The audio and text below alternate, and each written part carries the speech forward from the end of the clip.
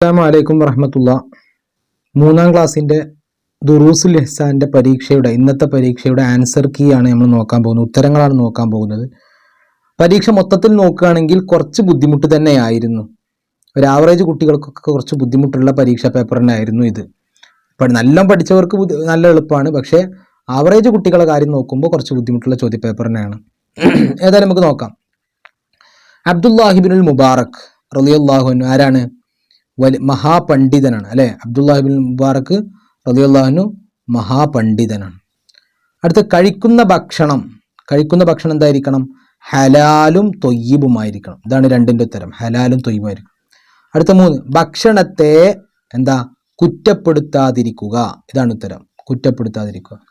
അടുത്ത ഭക്ഷണത്തിലേക്കും പാനീയത്തിലേക്കും ഇതിൻ്റെ നേരെയുള്ള തന്നെ ശ്വാസം വിടാതിരിക്കുക. 5, അയൽവാസികളെ എന്ത് ചെയ്യണം? സ്നേഹിക്കണം. അയൽവാസികളെ സ്നേഹിക്കണം. അടുത്ത കുടുംബക്കാരെ സൽക്കരിക്കുക. ഇതിങ്ങോട്ട് തന്നെ, ഇതിൻ്റെ നേരെ തന്നെ. അടുത്ത ഭക്ഷണം കഴിച്ച ശേഷം വിരലുകൾ ഊമ്പുക. 2 വീതം എഴുതാം. കുടുംബക്കാരുമായി നല്ല ബന്ധം പുലർത്തിയാൽ ലഭിക്കുന്ന ഗുണം. നമ്മൾ പറഞ്ഞ ചോദ്യം തന്നെയാണ്. എന്താണ്? ആയുസ് വർദ്ധിക്കും, റിസ്ക് വിശാലമാകും. റിസ്ക് വിശാലമാകും, ആയുസ് കൂടും, സ്വർഗത്തിൽ കടക്കാൻ കാരണമാകും, നമ്മളും അവരും തമ്മിൽ സ്നേഹം വർദ്ധിക്കും. ഈ 4 ഏതെങ്കിലും 2 എഴുതിയാൽ മതി. അടുത്തത് അയൽവാസികളോടുള്ള കടമകൾ എന്തൊക്കെയാണ്? അതും നമ്മൾ പറഞ്ഞ ചോദ്യം തന്നെയാണ്. അയൽവാസികളുടെ കടമകൾ എന്തൊക്കെയാ?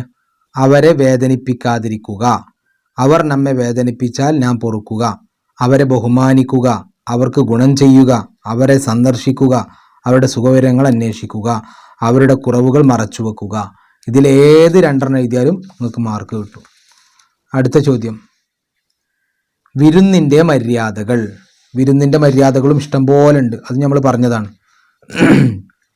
പ്രസന്ന ഭാവത്തോടു കൂടി വിരുന്നുകാരെ സ്വീകരിക്കണം, അവരുടെ സുഖവിവരങ്ങൾ അന്വേഷിക്കണം, വീട്ടുകാർ നിർദ്ദേശിക്കുന്ന സ്ഥലത്ത് തന്നെ വിരുന്നുകാർ ഇരിക്കണം, കിടക്കാനും ഉപയോഗിക്കുക. ഇതൊക്കെ എഴുതാൻ പറ്റും. കാരണം വിരുന്നിൻ്റെ മര്യാദയിൽ ഇതൊക്കെ പെടും.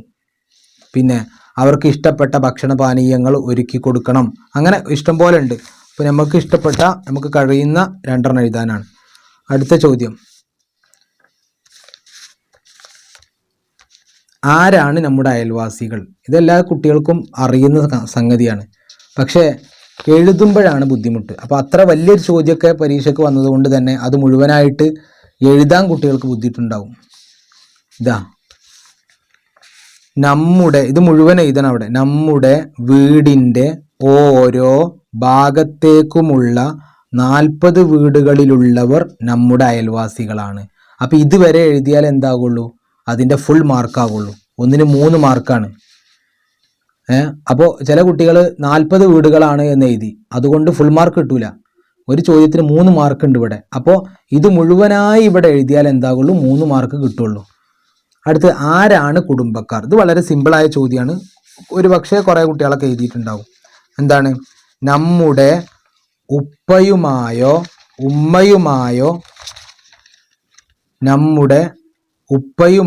ഉമ്മയുമായോ രക്തബന്ധമുള്ളവരാണ് കുടുംബക്കാർ. ഇതാണ് അതിൻ്റെ ഉത്തരം. അടുത്തത്, എന്തിനാണ് നാം ഭക്ഷണം കഴിക്കുന്നത്? ആരോഗ്യമുണ്ടാവാൻ. പക്ഷേ ആരോഗ്യം എന്ന് എങ്ങനെ എഴുതും? അവിടെയാണ് മാർക്ക് പോകുന്നത് പല കുട്ടികൾക്കും. ശരീരത്തിൻ്റെ ആരോഗ്യത്തിന്. കണ്ടോ? ഇതിങ്ങനെ തന്നെ തെറ്റില്ലാതെ അക്ഷരത്തെറ്റില്ലാതെ എഴുതിയിട്ടുണ്ടെങ്കിൽ മാത്രമേ ഫുൾ മാർക്ക് കിട്ടുള്ളൂ, 3 മാർക്ക് കിട്ടുള്ളൂ. ഇല്ലെങ്കിൽ 1 മാർക്കോ 2 മാർക്കൊക്കെ കിട്ടുള്ളൂ. അടുത്തത്, തുടക്കത്തിൽ ബിസ്മി ചൊല്ലാൻ മറന്നാൽ ഓർമ്മ വരുമ്പോൾ എന്ത് ചൊല്ലണം? അപ്പോൾ ഇത് കുറച്ച് ബുദ്ധിമുട്ട് തന്നെയാണ്. ഇത് പഠിച്ചവർക്ക് പിന്നെ എളുപ്പമായിരിക്കും, പക്ഷെ പഠിക്കാത്തവർക്ക് ഇത് കാണാതെ എഴുതാൻ കഴിയില്ല. ബിസ്മില്ലാഹി അവ്വലഹു വാഹിറഹു. കുറച്ച് എഴുതാനുള്ളൂ അല്ലേ? ബിസ്മില്ലാഹി അവ്വലഹു വാഹിറഹു. ഏതായാലും എഴുതിയവർക്ക് മാർക്ക് കിട്ടട്ടെ. പിന്നെ അടുത്ത്, സ്വന്തം കുടുംബക്കാരുടെ പേരുകൾ കള്ളിയിൽ എഴുതാം. ഇവിടെ മാതൃകുടുംബം എന്ന് പറഞ്ഞാൽ ഉമ്മാൻ്റെ കുടുംബത്തിലുള്ള 3 ആളെ പേരും ഉപ്പാൻ്റെ കുടുംബത്തിലുള്ള 3 ആളെ പേരും. ഇവിടെ ശ്രദ്ധിക്കേണ്ടത്, ഇവിടെ മക്കൾ എന്ത് എഴുതിയാലും മാർക്ക് കിട്ടും. കാരണം എന്താണ്? ഈ നോക്കുന്ന ഉസ്താദിന് ഈ കുട്ടിയുടെ ഉമ്മയുടെ കുടുംബം ആരാണെന്ന് അറിയോ? ഇല്ല. ഉപ്പയുടെ കുടുംബം ആരാണെന്ന് അറിയോ? ഇല്ലല്ലോ.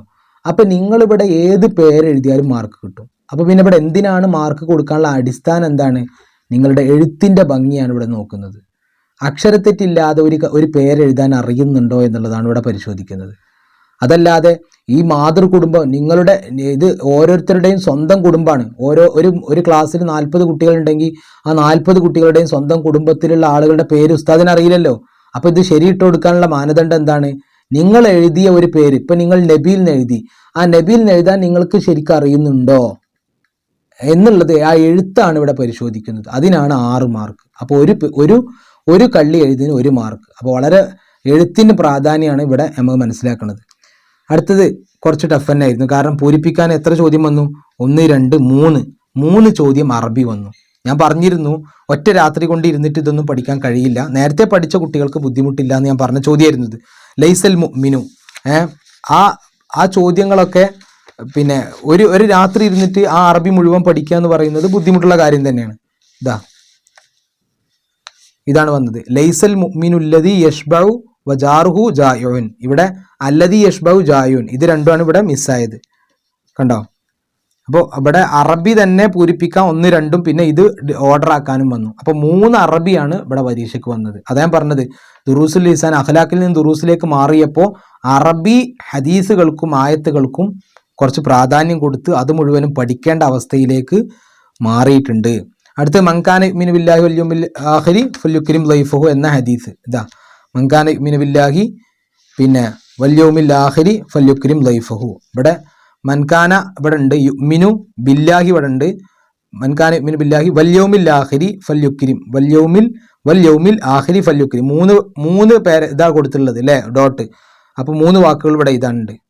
അപ്പോൾ ഇവിടെ എങ്ങനെ മാർക്കിൻ്റെ അടിസ്ഥാനം 1 × 7 7 എന്നാണ് അല്ലേ. അപ്പോൾ ഇവിടെ 1, 2, 3, 4, 5, 6, 7 കണ്ടോ. അപ്പോൾ 1-ന് 1 മാർക്ക് എന്നുള്ള രൂപത്തിലാണ്.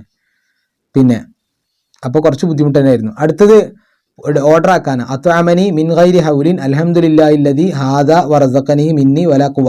ഇത് ഭക്ഷണം കഴിച്ചിട്ട് ശേഷം ചെല്ലുന്നതാണ്. എന്താണ്? അൽഹംദുലില്ലാഹില്ലദി, ഇതാണ് 1.